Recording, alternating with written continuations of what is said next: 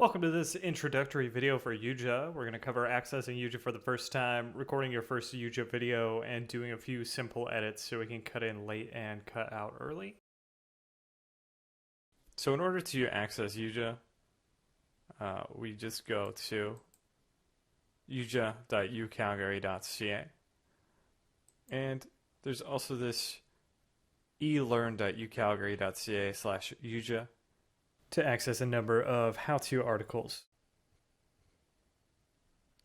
So when you visit yuja.ucalgary.ca, what comes up here is this home page. And to log in, you just click over here, top right, on this button that says Login under University of Calgary Single Sign-On. Should be the default selection. It's going to open up our University of Calgary login. Mine's already just auto-populated there, so I'm just going to go ahead and click Sign In. So this is the YuJa user interface. The important things to note here, it just loads into your personal folder. You can see here under My Media, we have our default collection folder. And just under My Media, this is where your videos are going to show up after you record them. So in order to record your videos, we just hit Create Recording. And when it's your first time, it's going to tell you, if you're a first-time user, click Download and install the download. So we have to do that. Once the file is completed downloading, just execute it from wherever your downloads folder is or from within the browser, however you are comfortable running the file. When you actually have it installed, we can fire up the application by just clicking Start here, and it's going to launch the desktop application. It's going to ask you, where is the desktop application? It's right here. I'm just going to click Remember My Choice so I don't have to do this again. And I'm going to open the link. That's going to fire up the application on our desktop, and we are going to be able to use that to do our video recording. Okay. So once YuJa is open, you're going to see this interface where you can title your movie. So I'm going to do sample 1, and you're going to enter a description if necessary. So I'm just going to put recording a sample for the tutorial video. So one of the things to note, you're going to want to disable the integrated webcam. You have to do this every time you fire it up. If you're going to use the webcam and you're going to project a video of yourself while you're speaking, certainly you'd want to leave that webcam on. But if you're just going through your PowerPoint slides, it's probably a lot better if you just put the PowerPoint slides up there and you don't have the video of yourself, unless you have a really nice webcam. If you're just using the built-in webcam in like a university laptop or something like that, it's not going to be very pleasant. It's going to be a really low frame rate, and it's going to be quite ugly to look at, so it's just not really doing anything for the users. You want to make sure your microphone is set up to the correct audio. So if you're using your internal mic, that's going to create a really awful sound for the user. So you definitely want to grab a USB microphone. It doesn't really matter what kind of USB microphone. Any USB microphone is going to be much, much, much better than the microphone on your laptop. So my mic I know is called MPOW HC, so it's very easy for me to make sure that that's what's connected. But yours will probably be called something different. Just mess around with it until you figure out which microphone is the right microphone, and just remember what it's called for the future. With your screen source, you're going to want to leave that on. And then that's it for these settings here. If you're just displaying the wrong screen, just open up the screen menu, click on Advanced Settings, click the correct screen from the drop-down, and you're good to go. So beyond that, we want to click on the Settings button on the top right there in the flashing red. And then once the window is open, we're going to navigate over to the screen capture panel, which is flashing red right now. The screen capture.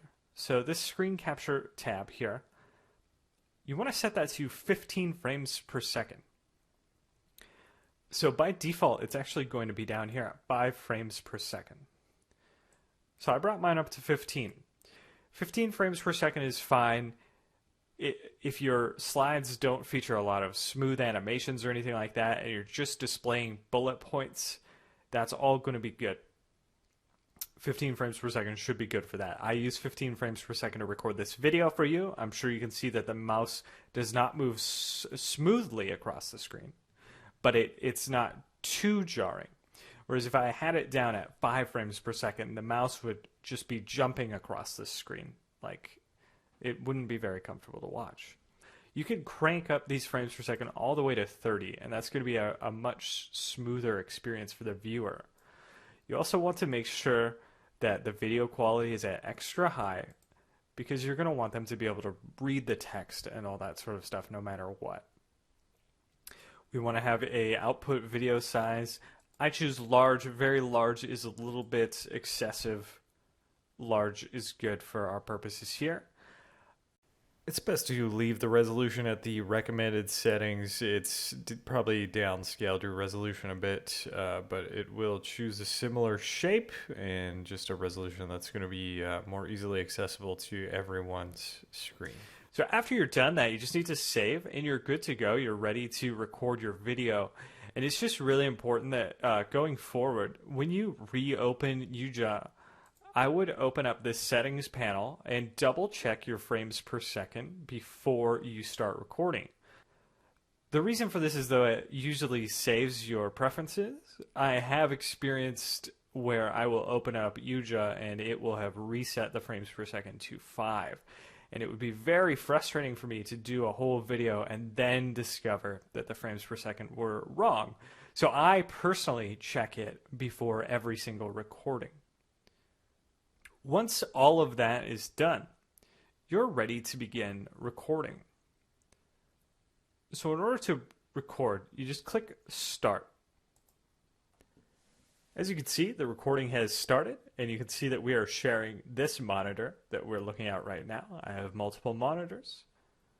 Presenting with PowerPoint is simple. You just open up your PowerPoint presentation and navigate to the slideshow section. And once we're there, we just click play from beginning. So because I have multiple monitors, this is popped up here. So in order to resolve that, I'm just going to swap the presenter view in the slideshow and bring our slideshow right over here into our presented view. You can just use the right and left arrow keys to go forward and back. And though there may be a clicking sound, your keyboard's probably a bit quieter than mine. Is probably going to be the most discreet, most efficient way to navigate these slides. And you're not going to have to edit. Because doing video edits actually is very time consuming, very resource intensive, and you kind of want to avoid doing that where possible. So, all you have to do, play from beginning, switch presenter view, move through your slides, talk about the content of your slides as you would if you were presenting them normally. And when you are finished going through all your slides, you are ready to move on to the next step. When you're ready to end your recording, open up the YuJa desktop app and click the Finish button on the bottom right-hand side. That will end everything. So after a brief processing time, it will bring up this this screen here that says your capture session has ended. And we'll click Save if we're happy with the video. And just hit delete if you just hated the video so much that you're not even going to be able to use any of it. But otherwise, click Save. It will just close the window. You might wonder what's going on. Where do I find my video? We just want to open up YuJa again. So it'll take some time to process, but once the videos are done processing, you can access them here in the browser in YuJa. If they aren't refreshing, just click Manage Media. That will refresh the page properly. So now we have a demonstration video. We want to edit that. We just highlight over the video and just click Edit. That's going to launch the YuJa video editor in the web browser. So once the video editor opens up, you're going to see a lot of different things, but it's very simple. This is a very, very simplified version of video editing. There's really not a lot to worry about here. So the main thing that you're going to be dealing with is these scissors here. That's your cutting tool, and we are just going to use that to cut in late and out early, so that we're only showing your presentation. And YuJa has this really awesome feature where it shows you a thumbnail every time the screen dramatically changes. So you can see that we began our presentation over here. So I'm going to click, you have to actually click this little tag right here, or directly on the line, which can be a bit finicky. So it can be better just to go up here because you have more room to grab that. And you can just drag that along. Yours should hopefully be relatively responsive. Mine is not going to be great because I am recording this at the same time. So we just slide on down here. Let's check in at 120 and see where we're at in the video.